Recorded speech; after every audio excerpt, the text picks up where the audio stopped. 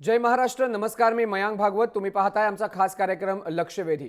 OBC अस्वस्थ झालेत का हा प्रश्न या ठिकाणी उपस्थित यासाठी होतोय कारण गेल्या काही दिवसात महाराष्ट्राचं राजकारण आपण पाहिलं तर मराठ्यांचे मोर्चे निघतायत, दलित एकसंघ आहेत, मराठा एकत्रित होतोय. मात्र कुठेतरी अशी अवस्था कालच्या पंकजा मुंडे आणि छगन भुजबळ यांच्या भेटीनंतर जाणवली की ओबीसी समाज ज्याला सध्या नेतृत्व नाहीये तो अस्वस्थ होतोय का. आपण याच मुद्द्यांवरती चर्चा करणार आहेत की ओबीसी समाज जो महाराष्ट्रामध्ये बहुजन समाज आहे याला सध्याच्या राजकीय घटनाक्रमांमुळे किंवा सध्याच्या सामाजिक घटनाक्रमांमुळे कुठे अस्वस्थता जाणवू लागले का. काय मुद्द्यांवरती आपण चर्चा करणार आहोत ते पहिल्यांदा मुद्दे आपण ग्राफिक्सच्या माध्यमातून पाहून घेऊया. ओबीसी समाज अस्वस्थ आहे का. राज्यात ओबीसींचं नेतृत्व संपलंय का. मराठ्यांची ओबीसी मध्ये आरक्षण देण्याची मागणी योग्य आहे का. ओबीसींचं भुजबळांच्या समर्थनार्थ मोर्चे काढणं योग्य आहे. महाराष्ट्रात जाती जमातीचं राजकारण सुरू झालंय का. आणि मराठ्यांना आरक्षणाच्या मागणीमुळे ओबीसी समाज अस्वस्थ झालाय का. तर या प्रमुख 5 मुद्द्यांवरती आपण चर्चा करणार आहोत. मात्र जर तुम्हाला तुमची मतं नोंदवायची असतील तर तुम्ही जय महाराष्ट्र एन या ट्विटरवरती तुमचं मत नोंदवू शकता. आमचा प्रश्न पहा. मराठ्यांना ओबीसीत आरक्षण देण्याच्या मागणीमुळे ओबीसी अस्वस्थ आहेत का. महत्त्वाचा प्रश्न आहे आमचा.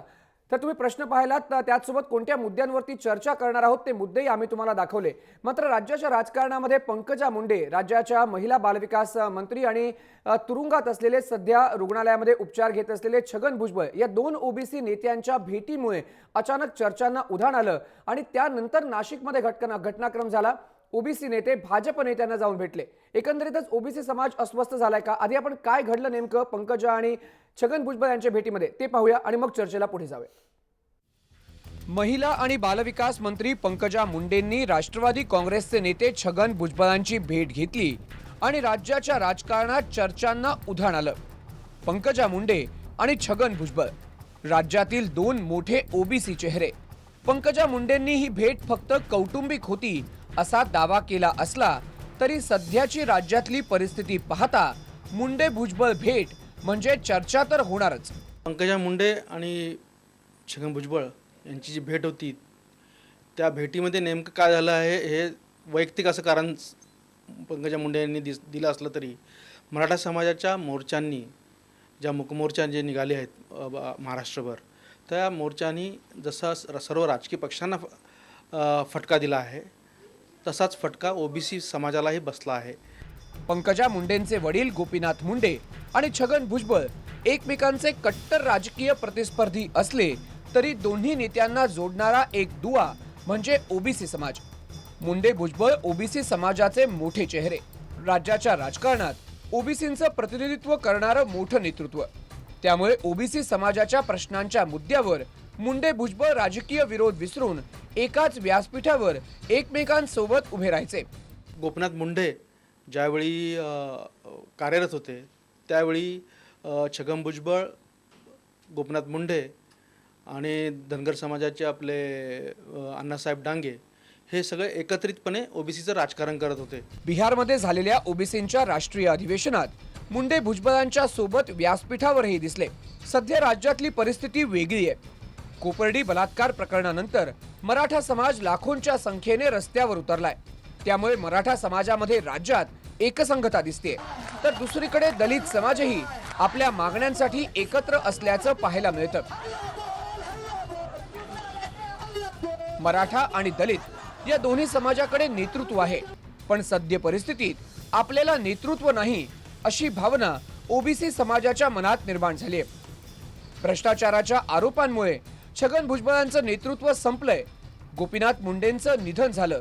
त्यामुळे ओबीसींचा चेहरा म्हणून आता पंकजा मुंडेंकडेच पाहिलं जातं. माळी समाजाचे नेते छगन भुजबळ हे जेलमध्ये असल्यामुळे आता ओबीसी समाज त्यांना असं वाटतंय की आपण एकाकी पडलो आहेत. केवळ आपल्या समाजामध्ये ओबीसीचं राजकारण हे जिवंत राहावं या हेतूनेच मला असं वाटतं की पंकजा मुंडे या धावपळ करत आहेत आणि महाराष्ट्राच्या राजकारणात मला असं वाटतं की एक पंकजा मुंडे या ओबीसी राजकारणाच्या नेत्या भविष्यात होऊ शकतील. अशा राजकीय परिस्थितीत मराठा दलित एकसंघ असताना आपल्या समाजाला एकत्र बांधून ठेवण्याचं एक मोठं आव्हान या नेत्यांसमोर आहे. त्यामुळेच अनेक अर्थांनी पंकजा मुंडे आणि छगन भुजबळ यांची भेट ही महत्त्वाची मानली जाते. ब्युरो रिपोर्ट, जय महाराष्ट्र. तर सध्याची सामाजिक परिस्थिती अशी आहे की ओबीसी समाज काहीसा अस्वस्थ झालाय का? आपण याच मुद्द्यावरती चर्चा करतोय. आपल्यासोबत संजय सोनवणे आहेत, जातीय राजकारणाचे अभ्यासक. त्याचसोबत डॉक्टर कुमार सप्तर्षी, राजकीय सामाजिक विश्लेषक आहेत. प्रताप थोरात, राजकीय विश्लेषक आपल्यासोबत आहेत. संजय कमोद, महात्मा फुले समता परिषद नाशिकचे उपाध्यक्ष आपल्यासोबत उपस्थित आहेत. त्याचसोबत प्रकाश पवार आहेत, जातीय राजकारणाचे अभ्यासक. मी पहिल्यांदाच जाणार आहे कमोद यांच्याकडे, कारण 3 तारखेला मोर्चा काढणार आहेत नाशिकमध्ये छगन भुजबळ यांच्या समर्थनार्थ. संतोष कमोद, मला तुम्हाला प्रश्न विचारायचा आहे की छगन भुजबळ यांच्या समर्थनार्थ मोर्चा काढणं हे योग्य वाटतंय का सध्याच्या परिस्थितीमध्ये? हा सर, आवाज येत नाहीये, पुन्हा मला प्रश्न कळेल का? संतोषजी, सध्याच्या परिस्थितीमध्ये जेव्हा छगन भुजबळ आतमध्ये आहेत, तुरुंगात आहेत, त्यांच्यावरती भ्रष्टाचाराचे आरोप आहेत, अशा परिस्थितीमध्ये एक निर्णय घेण्यात आला 3 तारखेला मोर्चा काढण्याचा छगन भुजबळ यांच्या समर्थनार्थ. हा योग्य निर्णय वाटतो का? हे बघा साहेब, एक लक्षात घ्या की आमचे ओबीसीचे किंवा सर्व ओबीसी इतर जे काही समाज आहे यांचे सर्व म्हणून आम्ही भुजबळ साहेबांकडे बघतो. आणि आमचे भुजबळ साहेब अडचणीत असल्यामुळे आमचा नेता जर अडचणीत असेल तर त्याच्या समर्थनार्थ फक्त नाशिकमध्ये मोर्चा निघाला की आणखी इतर कोणत्या ठिकाणी मोर्चा निघाला हे महत्वाचं नसून त्या मोर्चात सर्व लोकांनी उतरावं. ज्यांनी ज्यांनी ओबीसीचे किंवा आरक्षणाचे आतापर्यंत ज्या ज्या लोकांना, ज्या ज्या विद्यार्थ्यांना, ज्या ज्या नागरिकांना, ज्या ज्या जनतेला आतापर्यंत फायदा झालेला आहे तो प्रत्येक नागरिक येत्या 3 ऑक्टोबरला नाशिकला या मध्ये सहभागी होईल असं माझं ठामपणे माझा विश्वास आहे. म्हणजे केवळ मोर्चा काढणं योग्य आहे किंवा नाही मी त्या पलीकडे जाऊन सांगतो की हा मोर्चा निश्चितपणे यशस्वी होईल अशी मला या ठिकाणी समता परिषदेचा उपाध्यक्ष संतोष कमोद हे ठामपणे विश्वास नाही सांगतोय की निश्चितपणे हा मोर्चा यशस्वी. कमोद साहेब, तुम्ही मोर्चा काढताय, तुम्ही एकत्रित ओबीसी समाजाला आणताय, मागणी काय आहे प्रमुख? तुम्ही छगन भुजबळ यांच्यावर झालेली कारवाई अयोग्य म्हणून हा मोर्चा काढणार आहात का? मराठा समाजानं काढलेल्या मोर्चामुळं एक दबाव ओबीसी समाजात तयार झालेला आहे, आपल्यातलं काही काढून दिलं जाईल का ही भीती तयार झाली आहे म्हणून काढणार आहात का? कशासाठी? कारण जेव्हा ते प्रदेशातून मुंबई एअरपोर्टवर उतरले तेव्हा ठामपणे त्यांनी स्वतः सांगितलं की मी सर्व चौकशींना सामोरं जायला तयार आहे. एखादा नेता जर त्याची काही चूक असती तर कदाचित तो त्या परदेशातच राहिला असता. जेव्हा ओबामांना भेटायला गेले तर तिकडेच राहिला असता आणि तिकडनं आमचा नेता इथे आला नसता. मात्र आमच्या नेत्याला ठामपणे विश्वास आहे की त्याच्याकडनं कुठल्याही प्रकारची चूक झालेली नाहीये. तो नीत आणि सच्चा कार्यकर्त्यांचा एक मोठा नेता आहे आणि निश्चितपणे मी तुम्हाला ठामपणे सांगतो की साहेब निश्चितपणे या सर्व प्रकारातनं बाहेर येतील. आणि आजचा सूर्यास्त आहे एक लक्षात घ्या, पण सूर्योदय हा उद्या येणारच. सूर्यास्त जरी नाही कमोद, तुम्ही आहे ना मी विचारलेल्या प्रश्नाला डायव्हर्ट करताय. मी तुम्हाला स्पष्ट काय विचारलं, तुम्ही मोर्चा का काढणार आहात? काही उद्दिष्ट आहे का? काही प्रमुख मुद्दे आहेत का फक्त भुजबळांच्या समर्थनार्थ काढताय तुम्ही? केवळ हे बघा, आमचे साहेब निर्दोष बाहेर येतील ते निश्चितपणे या आपल्या असलेल्या प्रश्नाचं उत्तर माझ्यापेक्षा अधिक जोमाने ते देतील. पण मी या ठिकाणी सांगतो की तो जो मोर्चा निघणार आहे 3 ऑक्टोबरला तो साहेबांच्या समर्थनार्थ निघणार आहे. ओबीसीचे अनेक प्रश्न आहेत, अनेक आमच्या आरक्षणात दुसऱ्यांनी ढवळाढवळ करू नये. आमचं म्हणणं आहे की मराठा समाज आमचा मोठा भाऊ आहे, त्यांना त्यांचं आरक्षण मिळावं. पण आमच्या ओबीसीच्या आरक्षणामध्ये त्यांना जर आरक्षण मिळालं तर निश्चितपणे आमच्यावरही अन्याय होईल आणि त्यांना त्याच्यातनं मिळणार तरी काय हो. तर माझी विनंती आहे, तुमची प्रतिक्रिया जी आहे ती या ठिकाणी कळली. मराठा समाज मोठा भाऊ आहे, मात्र तुमच्या आरक्षणावरती गदा येईल का ही एक धास्ता, एक भीती तुम्हाला आहे. प्रकाश पवार यांच्याकडे मी जातो. प्रकाश सर, सगळ्यात महत्वाची गोष्ट म्हणजे ज्या प्रकारे आता संतोष कमोद म्हणाले की एक आमच्यातलं आरक्षण दिलं जाईल का ही एक कुठेतरी भीती आहे आणि त्यासाठी आम्ही हा मोर्चा काढतोय, त्याचसोबत छगन भुजबळ यांच्यासाठी. मात्र सध्याची जी परिस्थिती महाराष्ट्रात आहे कुठेतरी धास्तावलेला वाटतो. ओबीसी समाज, मराठा समाज एका ठिकाणी आक्रमक आहे, दुसऱ्या बाजूला दलितही तेवढ्याच पद्धतीने आक्रमक आणि एकसंघ वाटतात. हे तर नॅचरली आहे की मराठ्यांचे एवढे मोर्चे निघतायत तेव्हा दलित समाजाबरोबरच ओबीसींना त्याच्याबद्दल एक धास्तावले पण वाटणं. परंतु ओबीसी आणि मराठ्यांमध्ये मतदारसंघ इतके क्लोज असतात की एखादा समाज दुसऱ्याच्या विरोधात गेला तर ते निवडणूक जिंकणं खूप अवघड जातं. दुसरा त्याचा जोडून मुद्दा असणारा असा आहे की जे मराठा अभिजन आहेत ते पुन्हा पुन्हा एकच सांगतायत की ओबीसीच्या आरक्षणाला धक्का न लावता मराठ्यांना आरक्षण दिलं जाईल. म्हणजे याचा अर्थच ते अशी काळजी करतायत की ओबीसी आणि मराठ्यांमध्ये जे समूह भावना आहे त्याच्यामध्ये काय भेदरेषा पडू नये.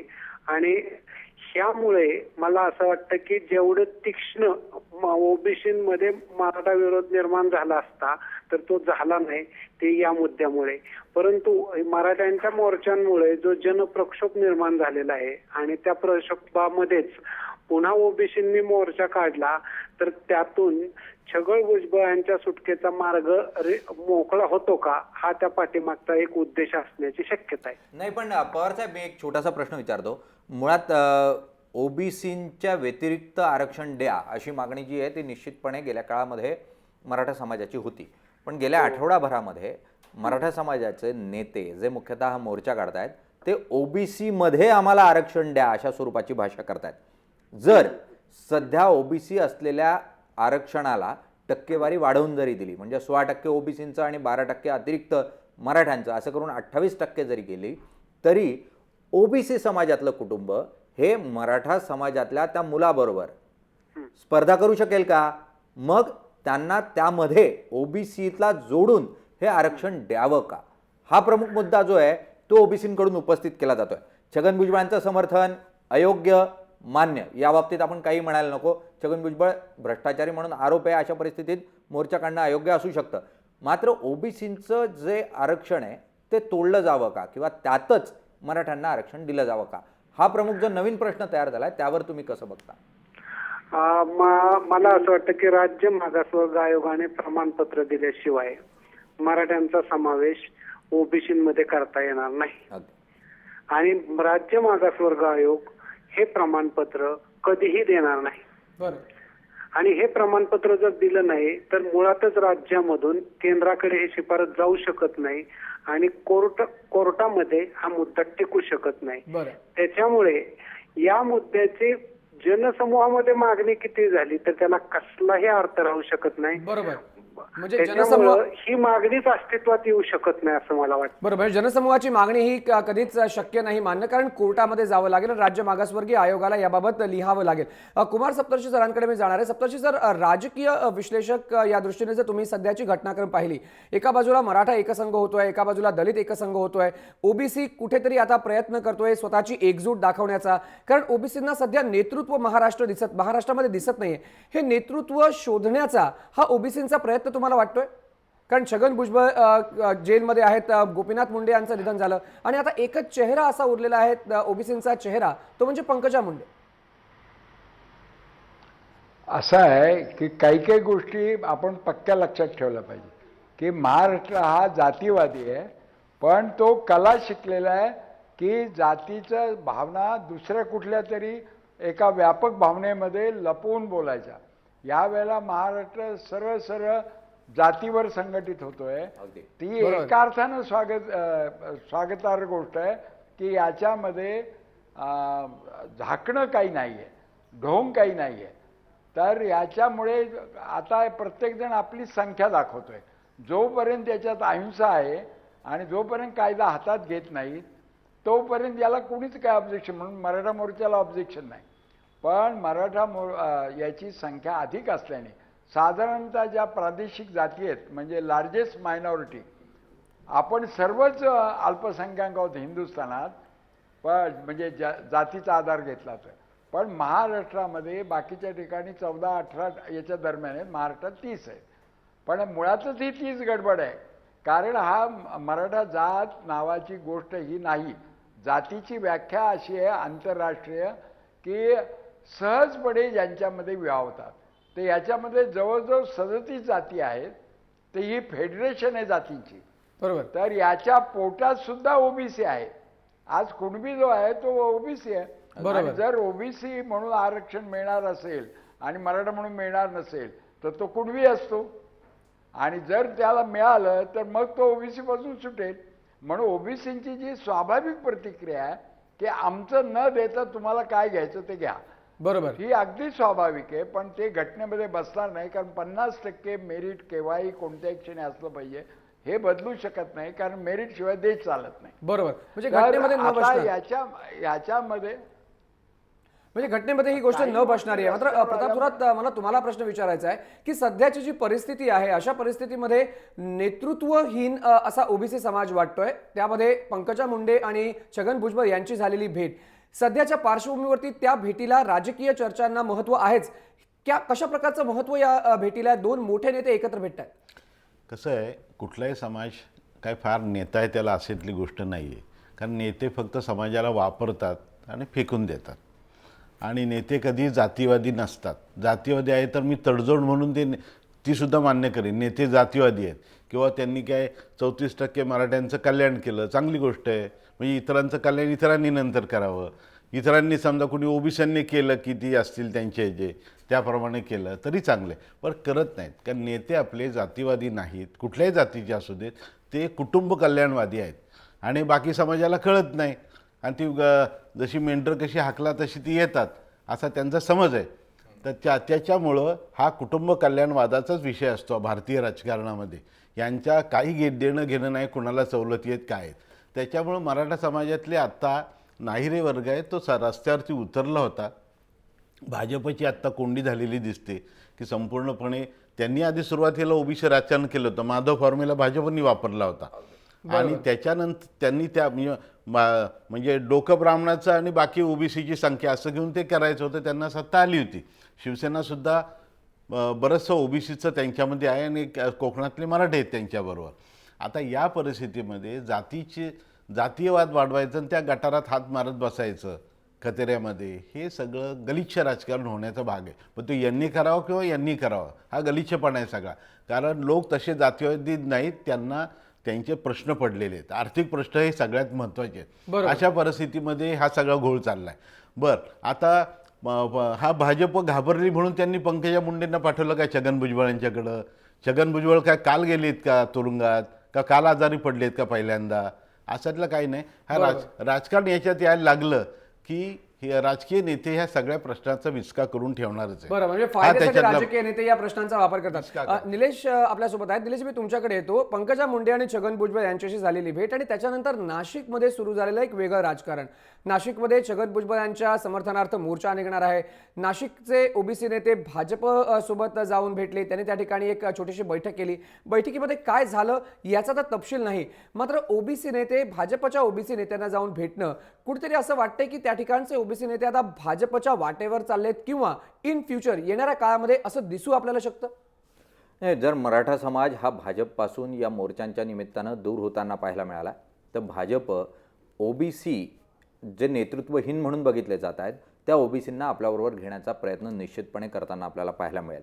आणि त्याचाच भाग म्हणून जर आपण पंकजा मुंडे यांनी छगन भुजबळांच्या भेटीकडे बघितलं तर निश्चितच भुजबळ हे सध्या नेतृत्वहीन अशा एका विशिष्ट समाजाचे नेते म्हणून बघितले जात आहेत. आणि जे आता नेते म्हणून उभे राहतील की नाही हा प्रश्न आहे. अशा परिस्थितीत तो कार्यकर्ता जर पंकजा मुंडेंबरोबर आला तर त्यातून एक मोठ ओबीसींची बांधणं हे भाजपला शक्य होणार आहे. इतकंच नाही, जर ओबीसी, कारण दलित रस्त्यावर उतरत नाही हे स्पष्ट झालेलं आहे. प्रकाश आंबेडकर असतील किंवा इतर नेते असतील, आपण प्रतिमोर्चा काढू नये अशी सातत्यानं भाषा करतायत. अशा परिस्थितीत जोपर्यंत मराठा मोर्चाला प्रतिमोर्चा उभा राहणार नाही तोपर्यंत हा प्रश्न सुटणार नाही. अशी राजकीय खेळी जी आहे ती भाजपमधल्या एका वर्गाला खेळाविषयी वाटते आणि त्यातून या वर्गाला आपल्याजवळ करण्याचा प्रयत्न आहे. दुसरीकडे भाजप मराठ्यांचे सुरू असलेले लाखोचे मोर्चे हे कुठे ना कुठे आपल्या आरक्षणामध्ये अतिक्रमण करतील का ही भीती ओबीसी वर्गामध्ये निश्चितपणे निर्माण झालेली आहे. आणि त्या भीतीचा वापर राजकीयदृष्ट्या कसा करायचा हा प्रयत्न जो आहे तो या ठिकाणी भाजपकडून होताना पाहायला मिळतोय. कारण राष्ट्रवादी ही मराठ्यांचं पक्ष म्हणून बघितली जाते. तिथे धनंजय मुंडे असले तरी ते ओबीसींसाठी रस्त्यावरून उभे राहू शकतील अशी परिस्थिती नाही. आणि त्यामुळे सध्या तरी भाजप तसा ओबीसींच्या जवळचा असं चित्र निर्माण करण्याचा प्रयत्न केला जातो. आपण संजय सोनवणे यांच्याकडे जाऊया. संजयजी, मला तुम्हाला हा प्रश्न विचारायचा आहे की ज्या प्रकारे महाराष्ट्रामध्ये सध्या ही परिस्थिती आपण पाहतोय, मराठा एका बाजूला लाखोंच्या संख्येने रस्त्यावरती उतरलेला आहे, दलित एकसंघ आहे, अशा परिस्थितीमध्ये जातीपातीचं राजकारण पुन्हा एकदा महाराष्ट्रामध्ये सुरू झालंय का, हा एक महत्त्वाचा प्रश्न या ठिकाणी उपस्थित होतो. अगदी बरोबर आहे. हे जे मोर्चे निघत आहेत मराठ्यांचे असो, प्रतिमोर्चे म्हणून दलितांचे ते निघतील किंवा कदाचित निघणार नाही, आणि आता ओबीसींचं असेल. माझं मत असं आहे की ओबीसींचे मोर्चे खरं तर निघायला नाही पाहिजे, ते निघू नये, त्याची काही गरज नाही आहे. पहिली गोष्ट अशी आहे की भुजबळांमुळे ओबीसी समाजात थोडीशी अस्वस्थता आहे का, तर ती आहे. म्हणजे ओबीसी नेते टार्गेट केले जात आहेत जाणीवपूर्वक, अशी एक भावना ओबीसींमध्ये आहे. ही गोष्ट खरी आहे. परंतु खरं म्हणजे मागणी अशी पाहिजे की जे उच्चस्तरीय मंत्री आतापर्यंत झाले 10-15 वर्षामध्ये, त्या सर्वच मंत्र्यांची एन्फोर्समेंट डायरेक्टरेटतर्फे चौकशी सगळ्यांचीच व्हायला पाहिजे, आणि जे दोषी असतील, सगळे दोषी कुणीही असो, त्यांना त्यांची जागा त्यांना दाखवून द्यायला पाहिजे. तुम्ही एका दुसऱ्याला टार्गेट करून चालणार नाही, ही भावना ओबीसीची निश्चितच आहे. दुसरी गोष्ट अशी आहे की जे राजकीय जो मगाशी विषय चालला होता की नेतृत्वाचा, खरं म्हणजे ओबीसीचा एकमान्य नेता असा आतापर्यंत कधी नव्हता, भविष्यात कधी असणार नाही. याचं कारण की ओबीसी हा अनेक जवळपास 225 जातींचा समूह आहे. त्यामुळे तो एकमुखी असा त्यांचा नेता कधी असू शकत नाही आणि नसावा. ते एक सामूहिक नेतृत्व आहे, अनेक घटक मिळून ओबीसीचं नेतृत्व करतात, आणि ओबीसी हा तसा शांतताप्रिय वर्ग आहे. त्याला या सगळ्या द्वेषपूर्ण राजकारणाशी काही संबंध ठेवू इच्छित नाही आणि ठेवू पण नाही. आता प्रश्न आता असा उरतो, या सगळ्या गोष्टींमुळे महाराष्ट्राचं जे आज विदारक चित्र दिसायला लागलंय की मराठा विरुद्ध ओबीसी, ओबीसी विरुद्ध दलित किंवा दलित विरुद्ध मराठा, असं वातावरण निर्माण करण्याचा जो प्रयत्न होतोय तो मात्र नक्कीच विघातक आहे.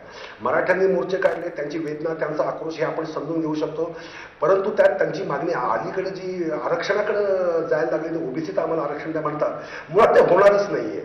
जे होणारच नाही त्याची चिंता ओबीसींनी करायचं काहीही कारण नाही, किंवा त्या भीतीमुळे आपण रस्त्यावर यायला पाहिजे असं ओबीसींनी वाटून घेण्याची काही गरज नाही. भुजबळ साहेबांना त्यांना पाठिंबा द्यायचा असेल, त्यासाठी जर नाशिकमधला मोर्चा निघत असेल तर ते समता परिषद आणि त्यांचे नेते पाहून घेतील. त्याबद्दल त्यावर मी भाष्य करू इच्छित नाही. परंतु समग्र ओबीसी समाज म्हणून मी सांगेन की मराठ्यांचे मोर्चे निघतात म्हणून ओबीसींनी मोर्चे काढावेत याची अक्षरशः काही गरज नाही. मी अनेक नेते माझ्याशी बोललेले आहेत, 2-3 दिवस बोलतायत. सर्वांना मी हे सांगितलं की ओबीसीने केवळ मराठ्यांचं अनुकरण करण्याच्या नादामध्ये, आपलं शक्ती प्रदर्शन करण्याच्या नादामध्ये आपली शक्ती, आपली ऊर्जा नष्ट करू नये. आपण फक्त आपल्या विकासाच्या मार्गे, प्रगतीच्या मार्गे आपण सारे मिळून हातात हात घालून कसे जाऊ शकू हे आपण पाहायला पाहिजे, असं मी सर्वांना सांगतोय. आणि इथून यामार्फत मी सर्वांना हेच आवाहन करू इच्छित की कसल्याही प्रकारच्या मोर्चांची, प्रतिमोर्चांची गरज नाही.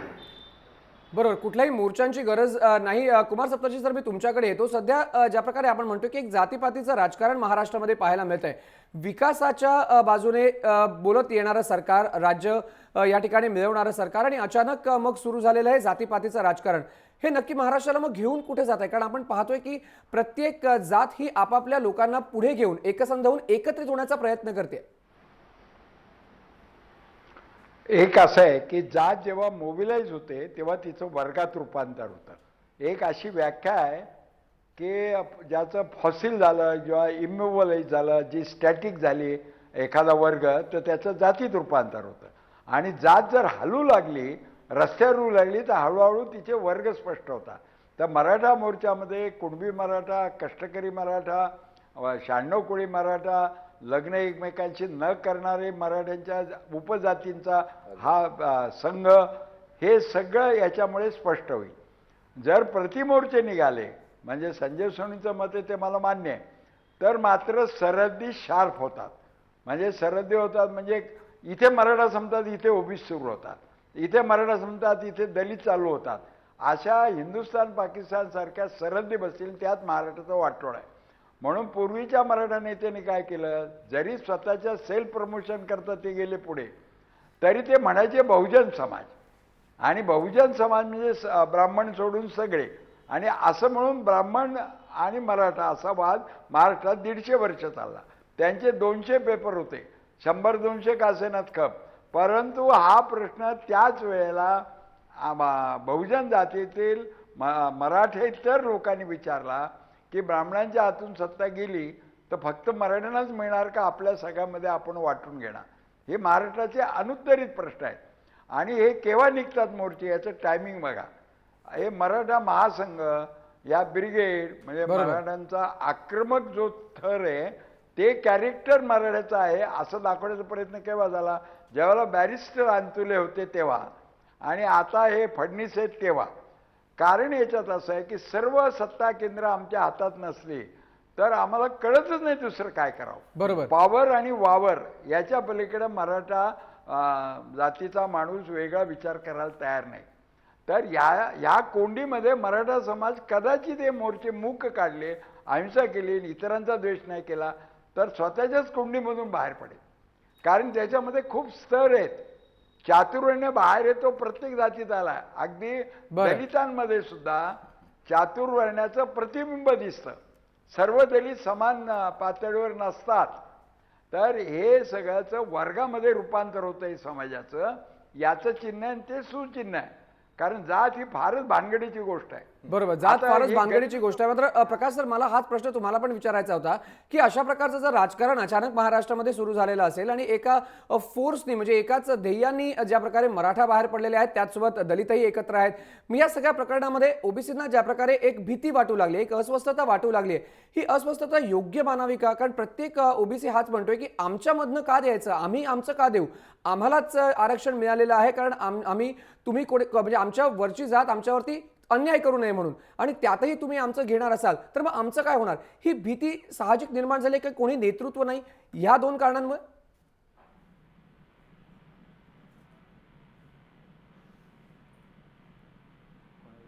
आपला त्यांचा संपर्क तुटलेला आहे. आपण जे ओबीसीचे नेते आहेत त्यांच्याकडे पुन्हा एकदा जाऊयात. आणि जो सोनवणेंनी प्रश्न मांडला मुख्यतः की भीती वाटण्याचं काही कारणच नाही आहे, कारण मागासवर्गीय आयोग अशा स्वरूपाची कोणती मंजुरी देईल अशी परिस्थिती नाही. पवारांनीही तो मुद्दा मांडला. त्याला आणि दुसरा प्रश्न आहे तो असा की आत्ता जी मांडणी होते सगळी बघितला ती अशी आहे की तामिळनाडूचा दाखला दिला जातो की तामिळनाडूमध्ये 68% रिझर्वेशन आहे. त्याच्यामुळं सुप्रीम कोर्ट काही म्हणू द्या की 50-52% पेक्षा जास्त द्यायचं नाही, याच्यात काय खरं नाही. आज मितीला तामिळनाडूत 68%. त्याच्यामुळं मराठा समाजाला आरक्षण देताना ओबीसी समाजाचं आरक्षण कुठेही त्याच्यावरती गदा यायचं काही कारण नाही अशी मांडणी केली जाते. प्रत्यक्षात काय होईल माहिती नाही का? भाजपची तिरपीठ का उडाली की द्यावं लागतंय का तसं म्हणून ते आत्ता मुंडे आणि भुजबळ भेट झाली का, हा त्याच्यातला दुसरा भाग येतो. त्याच्यामुळं जातीमध्ये याच्यामध्ये संघर्ष व्हायचं काहीही कारण नाही आता खरं बघितलं तर. आणि यांच्या तिरपिटीमुळे त्याला स्वरूप तसं आलं, हे दुर्दैवाचा भाग आहे. आणि दोन्ही जातीमध्ये तसं अनेक ठिकाणी हे करतात, वाटून घेतात. मी अगदी तुम्हाला नाव घेऊन द्यायचं झालं तरी समजा माळशिरस मतदारसंघ आहे आणि सांगोला मतदारसंघ आहे. माळशिरसमध्ये धनगर समाज बऱ्यापैकी आहे, मराठा समाजही मोठा आहे.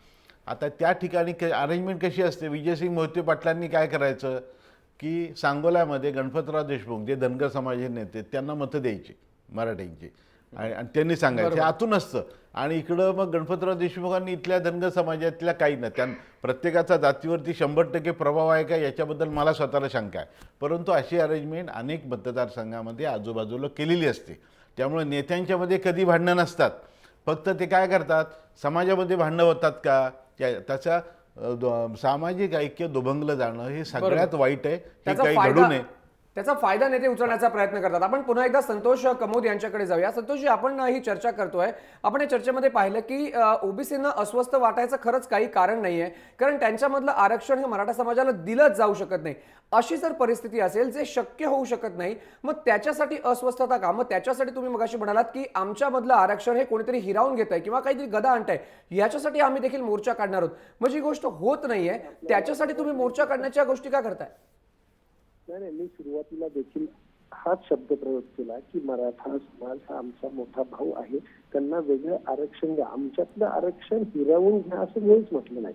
सुरुवातीला मी आमच्या साहेबांचं देखील पहिल्यापासून हेच मत आहे की त्यांना वेगळं आरक्षण देण्यात यावं आणि ते दिलं जावं. यासाठी सुद्धा येणाऱ्या म्हणजे उद्या परवाचा जो काही होणारा मोर्चा नाशिकमध्ये आहे, आमचे काही लोक त्या मोर्चात सहभागी होतील आणि ते मोठ्या आदराने येत्या 3 ऑक्टोबरला देखील भुजबळ साहेबांच्या समर्थनार्थ मराठा समाजाचे अनेक नेते देखील 3 ऑक्टोबरच्या मोर्चात सहभागी होतील. तर तो फक्त ओबीसीचा मोर्चा आहे. त्या पलीकडे मी जाऊन सांगतो की आमचे ओबीसीचे जरी नेते असले तरी त्यांनी नाशिक जिल्ह्यात नाही तर संपूर्ण महाराष्ट्रात जी विकासाचा जो म्हणजे विकास पुरुष म्हणून त्यांच्याकडे बघितलं जातं. जसा बारामतीचा विकास पवार साहेबांनी केला तसा तुम्ही जर येवला नाशिकमध्ये येऊन बघितलं तर येवल्याचा विकास त्याच धर्तीवर केला आहे. तर मी असं म्हणेल की विकास पुरुषाच्या समर्थनार्थ केवळ ओबीसी येत्या 3 ऑक्टोबरच्या मोर्चासाठी येणार नाही तर संपूर्ण भुजबळांवर जे प्रेम करणारे नेते आहेत, जे काही नागरिक आहेत, मग कुठल्याही समाजाचा असो, दलित समाजाचा असो, धनगर समाजाचा असो, तेली समाजाचा असो, वंजारी समाजाचा असो, केवळ माहीत नाही तर सर्वच समाजाचे, मुस्लिम समाजाचे नेते असे असंख्य नाही, कमोद साहेब, कार्यकर्ते घेऊन कमोद साहेब, मूळ प्रश्न काय होतोय, तुम्ही अगदी म्हणताय ते मान्य की मराठा मोठा भाऊ आहे आणि मराठ्यांविरोधातला हा काही मूळ मोर्चा नाही आहे आणि छगन भुजबळ यांच्या समर्थनार्थ हा मोर्चा आहे, मान्य.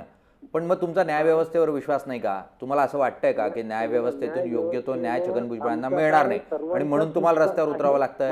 म्हणूनच आमचे नेते जे आहेत ते पहिल्यापासून म्हणताय की मी सर्व चौकशीला पहिल्यापासून सामोरं जायला तयार आहे आणि अजूनही सर्व चौकशीला संपूर्णपणे सहकार्य तेही करतायत.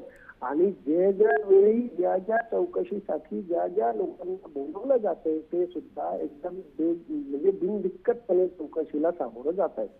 त्यामुळे न्याय व्यवस्थेवर आमचा विश्वास आहे आणि निश्चितपणे पुढच्या वेळी एखादा दिवस असं येईल की साहेब स्वतः तुम्हाला सांगतील की या स्वरूपाची चौकशी झाली आणि मी या बाबतीत सर्व ठिकाणी निर्देश देऊन आलो.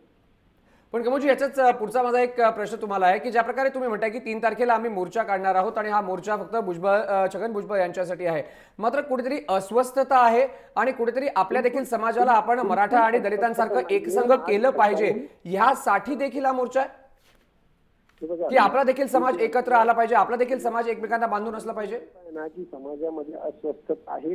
तर मी तुम्हाला स्पष्टपणे सांगतोय की समाज हा एकत्रित आणि संघटित होण्यासाठी आता आम्हाला ही 3 ऑक्टोबर ही म्हणजे सर्वांसाठी तो दिवस, त्या दिवसाची आम्ही वाट बघतोय. त्यामुळे अस्वस्थतेचा प्रश्नच नाही. आज नाशिकमध्ये जे नाशिक महानगरपालिकेचे महापौर होते वसंत गीते, म्हणजे मनसेचे आमदार होते ते, आणि उत्तर महाराष्ट्राचं ओबीसीचं नेतृत्व तर ते, आणि त्यांचे कट्टर विरोधक जे दिलीप खैरे, समता परिषदेचे हे महाराष्ट्र पातळीचे अखिल भारतीय महात्मा फुले समता परिषदेचे सरचिटणीस आहे. गेल्या 10 वर्षापासून एकमेकांचे जरी विरोधक असले ते आज एका ठिकाणी एका बंद खोलीत त्यांनी गोपनीय चर्चा केली की येत्या 3 ऑक्टोबरला आपल्याला हा जो काही मोर्चा आहे तो यशस्वी करायचा आहे. एक लक्षात घ्या, 10 वर्षानंतर एखाद्या 2 व्यक्ती कट्टर विरोधक असतानाही जर एकत्र येतोय तर त्यांना कुठेतरी जाणीव झाली की निश्चितपणे आपल्याला संपूर्ण ताकद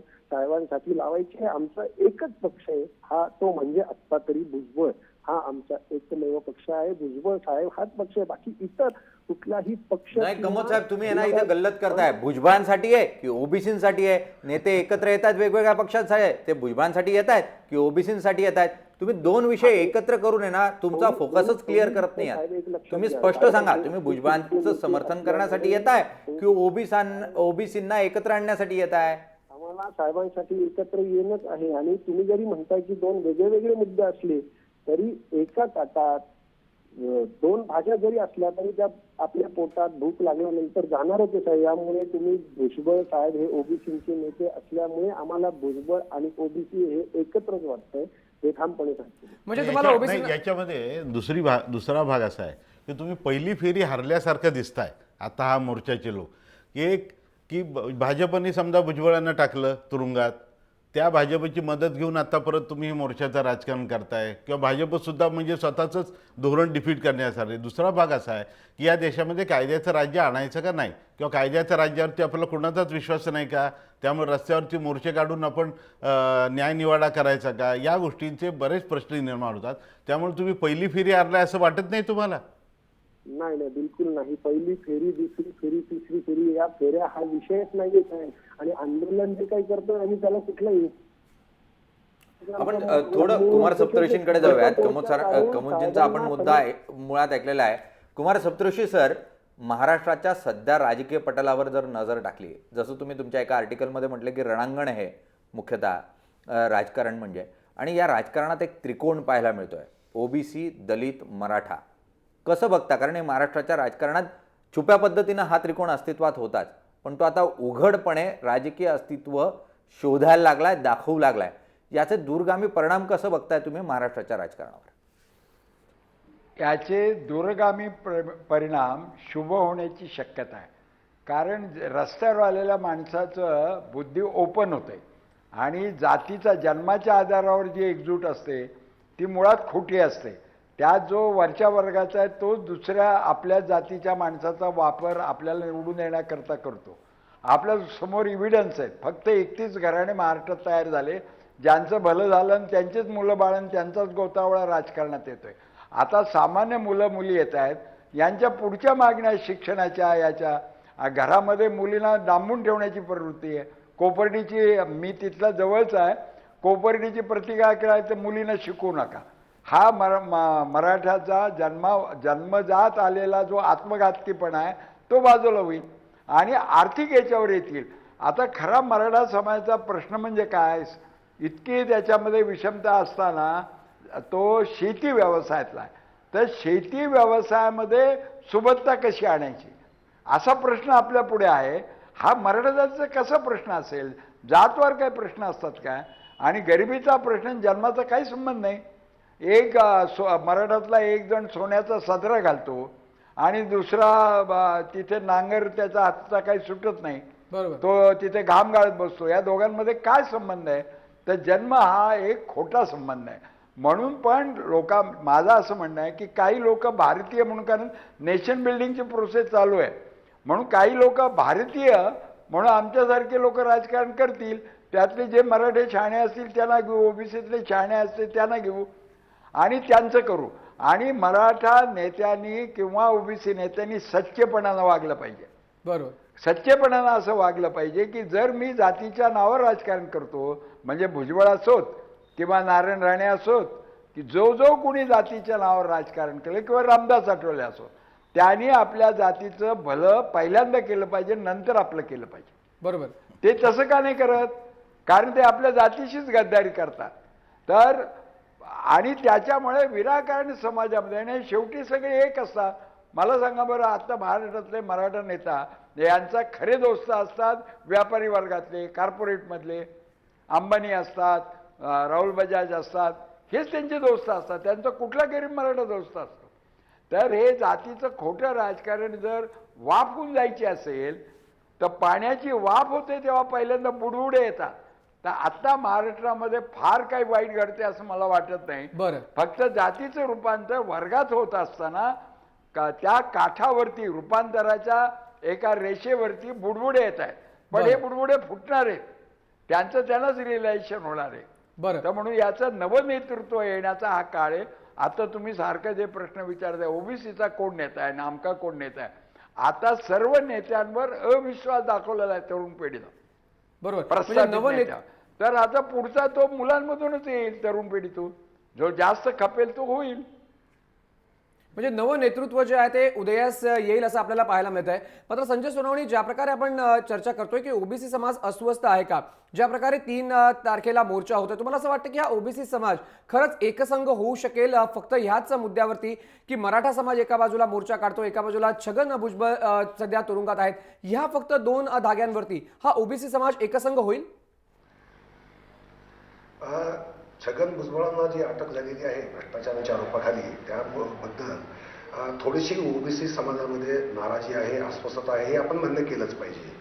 त्याचं कारण असं आहे की एवढे राजकारणी नेते, 70-80 हजार कोटींचे भ्रष्टाचाराचे आरोप असणारे पण अनेक नेते आहेत, परंतु ईडीने त्यांच्या विरुद्ध काही कारवाई केल्याची आपल्याला दिसून येत नाही.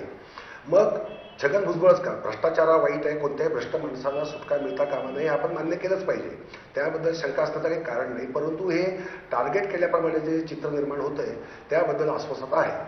परंतु ओबीसी समाज या एका मुद्द्यामुळे खऱ्या अर्थाने एकत्र येऊ शकेल का, या प्रश्नाबद्दल मात्र मी साशंक आहे. किंबहुना या विषयावर मोर्चा निघावा हे सुद्धा ओबीसीसाठी किंवा ओबीसीच्या हितासाठी मला पटणारी गोष्ट नाही. मी मगाशी त्याबद्दल स्पष्टपणे बोललेलोच आहे. बरोबर, म्हणजे पटणारी गोष्ट आणि योग्य गोष्ट नाही. निलेश, मी तुमच्याकडे येतो. ज्या प्रकारे सध्या आपण राजकीय परिस्थिती पाहतो, या परिस्थितीमध्ये जी एकंदरीतच परिस्थिती सध्या महाराष्ट्रामध्ये पाहायला मिळते, ज्या प्रकारे कुमार सप्तर्षी सर म्हणाले की नवीन नेतृत्व उदयास येईल, मराठा समाजाचे लाखोंचे मोर्चे निघत आहेत, त्या मोर्चाला कोणीही नेतृत्व नाही.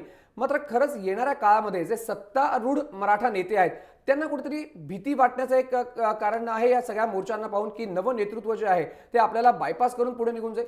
मुख्यतः पर्यायी व्यवस्था ही नेतृत्वाची उभी करण्यासाठीच म्हणून या स्वरूपामध्ये मोर्चांच्या माध्यमातून नेतृत्व देण्याचा प्रयत्न केला जातोय. का म्हणून राजकारण्यांना या मोर्चामध्ये येण्यापासून रोखलं जात आहे, तर त्या राजकारण्यांवरचा म्हणजे प्रस्थापित राजकारण्यांवरचा अविश्वास जो आहे तो मराठा समाजातून या ठिकाणी व्यक्त होताना पाहायला मिळतोय. बळजबरी या चालत्या घाडीमध्ये शिरण्याचा प्रयत्न निश्चितपणे सर्वच राजकीय पक्षांचे नेते हे करताना पाहायला मिळत आहेत. मात्र या मोर्चांच्या माध्यमातून खरे जमिनीवरचे प्रश्न, समाजाचे प्रश्न जे आहेत ते लोकांसमोर आणणं, सरकारसमोर आणणं हा प्रयत्न या ठिकाणी होताना पाहायला मिळतोय. जी भीती सातत्यानं होती ती म्हणजे प्रतिमोर्चांची. प्रतिमोर्चे सध्या तरी राज्यात निघतील अशी परिस्थिती इथे दिसत नाही आणि त्यातून कोणताही जातीय तणाव निर्माण होईल अशी ही परिस्थिती नाही. आणि त्यामुळे जसं कुमार सप्तऋषी सर म्हणतात, सामाजिक अभिसरणाची ही वेळ आहे मराठ्यांसाठीही आणि महाराष्ट्रासाठीही, आणि त्यातून जे काही येईल समोर ते चांगलंच असेल, मग ते राजकीयदृष्ट्या असो, आर्थिकदृष्ट्या असो किंवा आरक्षणाच्या दृष्टीनं असो. आणि त्यामुळे राजकीय लाभ मिळवण्याचा प्रयत्न जरी असला तरी नवं नेतृत्व निर्माण करण्यासाठी हे मोर्चे निश्चितपणे उपयोगी ठरतील. नवं नेतृत्व निर्माण करण्यासाठी मोर्चे उपयुक्त ठरतील. एक शेवटचा प्रश्न घेऊन मी प्रकाश पवार सरांकडे जातोय. प्रकाश पवार सर, आपण आता जेवढी चर्चा केली याबाबत, आपण मराठ्यांबद्दल चर्चा केली, ओबीसीमधली अस्वस्थता, त्याचसोबत दलित यांच्याबरोबर चर्चा केली, जातीपातीच्या राजकारण जे महाराष्ट्रामध्ये सुरू झालंय याचा फायदा कुठपर्यंत आपण पाहतोय? लोकांचे प्रश्न जे मूलभूत आहेत ते सुटतील का या सगळ्या मोर्चांनी किंवा या सगळ्या आंदोलनांनी?